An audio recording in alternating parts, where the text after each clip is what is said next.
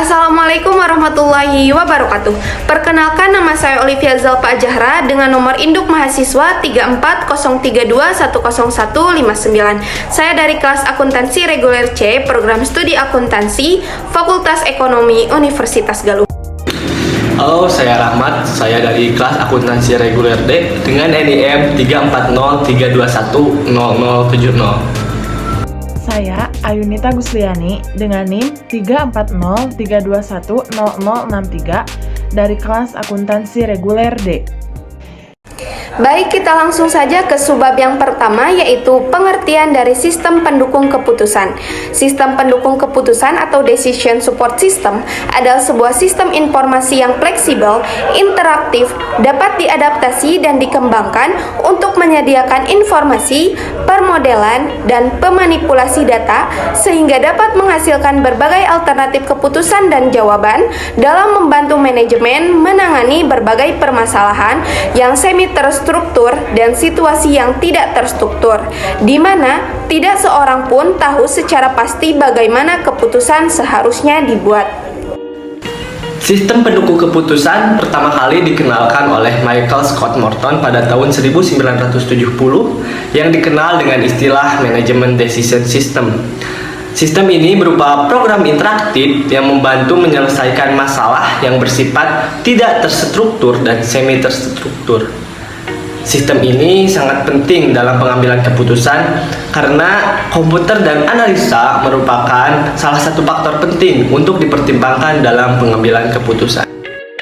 Sistem pendukung keputusan merupakan penerapan dari sistem informasi yang hanya ditujukan sebagai alat bantu manajemen dalam mengambil keputusan. Sistem pendukung keputusan dirancang untuk menghasilkan berbagai alternatif yang dapat ditawarkan kepada para pengambil keputusan dalam melaksanakan tugasnya.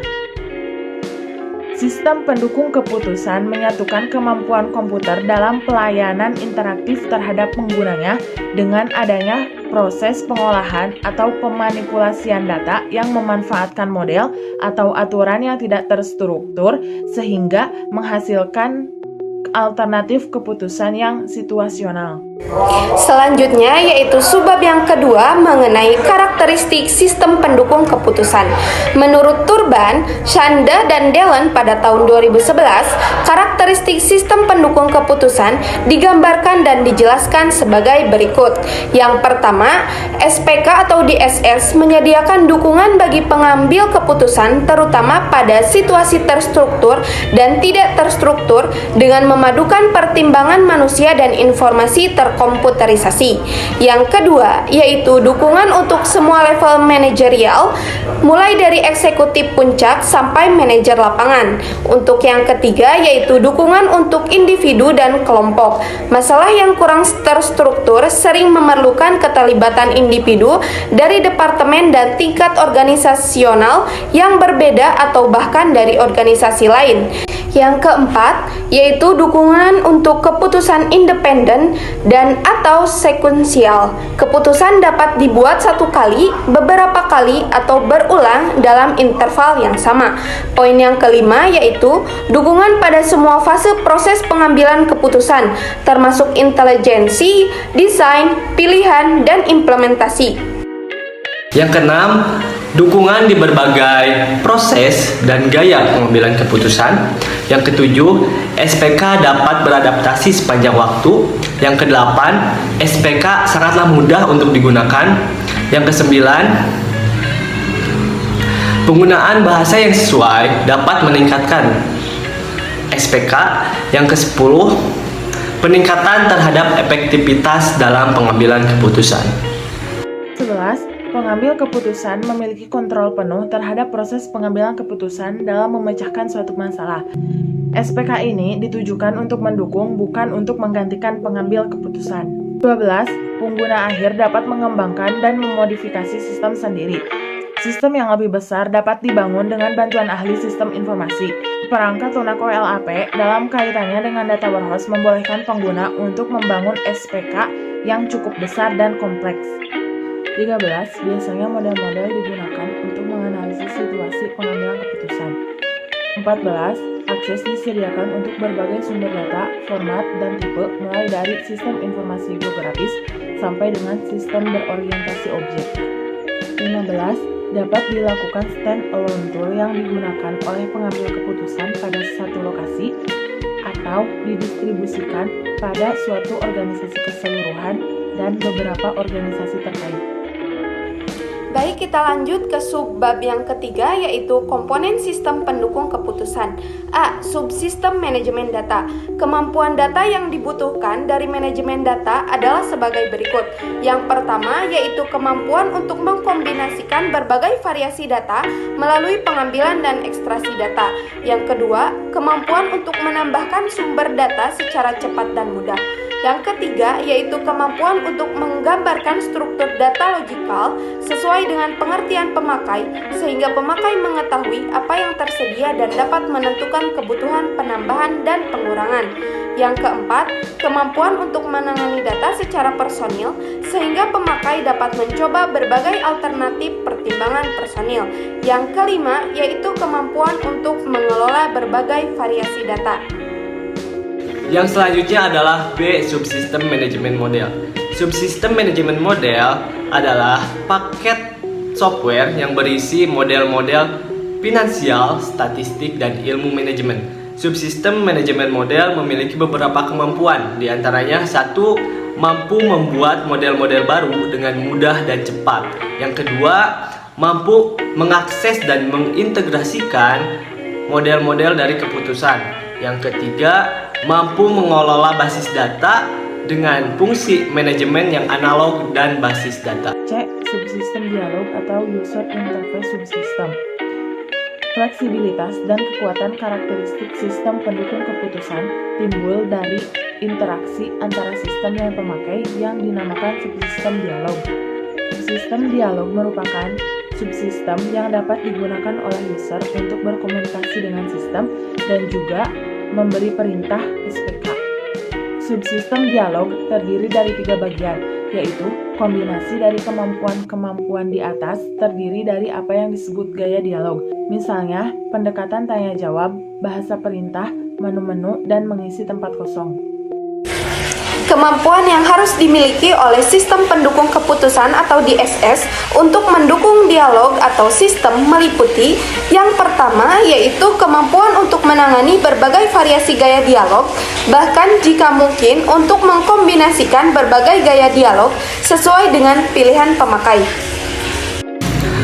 Yang kedua, kemampuan untuk mengakomodasi tindakan pemakai dengan berbagai peralatan masukan. 3. Kemampuan untuk menampilkan data dengan berbagai variasi format data peralatan keluaran. 4. Kemampuan untuk memberikan dukungan yang fleksibel untuk mengetahui basis pengetahuan pemakai. Subbab yang keempat yaitu tahapan proses pengambilan keputusan.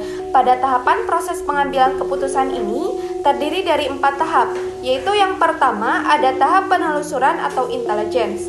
Intelligence merupakan tahap pendefinisian masalah serta identifikasi informasi yang dibutuhkan yang berkaitan dengan persoalan yang dihadapi serta keputusan yang akan diambil. Langkah ini sangat penting karena sebelum suatu tindakan diambil, tentunya persoalan yang dihadapi harus dirumuskan secara jelas terlebih dahulu. Masalah dijabarkan secara lebih rinci dan dikategorikan apakah termasuk program atau non-program. Kedua dari tahapan proses pengambilan keputusan yaitu ada tahapan perancangan atau desain. Setelah permasalahan dirumuskan dengan baik, maka tahapan berikutnya adalah merancang atau membangun model pemecahan masalahnya dan menyusun berbagai alternatif pemecahan masalah. Pada ini, dikembangkan tindakan alternatif, menganalisis solusi yang potensial, membuat model, membuat uji kelayakan, dan memvalidasi hasilnya. Tahapan yang ketiga yaitu ada tahapan pemilihan atau choice. Dengan mengacu pada rumusan tujuan serta hasil yang diharapkan, selanjutnya manajemen memilih alternatif solusi yang diperkirakan paling sesuai. Pemilihan alternatif ini akan mudah dilakukan kalau hasil yang diinginkan terukur atau memiliki nilai kuantitas tertentu. Tahapan yang terakhir yaitu ada tahapan implementasi atau implementation, merupakan tahapan pelaksanaan dari keputusan yang telah diambil.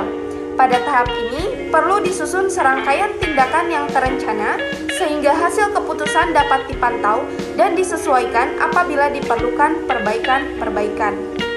Yang selanjutnya adalah kelebihan dari SPK. Kelebihan dari SPK yang pertama, memperluas kemampuan pengambil keputusan dalam mengelola sebuah data atau informasi. Yang kedua, dapat membantu dalam penghematan waktu. Yang ketiga, memberikan solusi yang cepat dan juga handal. Yang keempat, dapat memberikan berbagai alternatif. Yang kelima, dapat memberikan ataupun menyediakan sebuah bukti untuk memperkuat posisi sebuah keputusan. Adapun beberapa kelemahan dari sistem pendukung keputusan adalah sebagai berikut. 1. Ada beberapa kemampuan manajemen dan bakat manusia yang tidak dapat dimodelkan, sehingga model yang ada dalam sistem tidak semuanya mencerminkan persoalan sebenarnya. 2. Kemampuan suatu SPK terbatas pada pembendaharaan pengetahuan yang dimilikinya.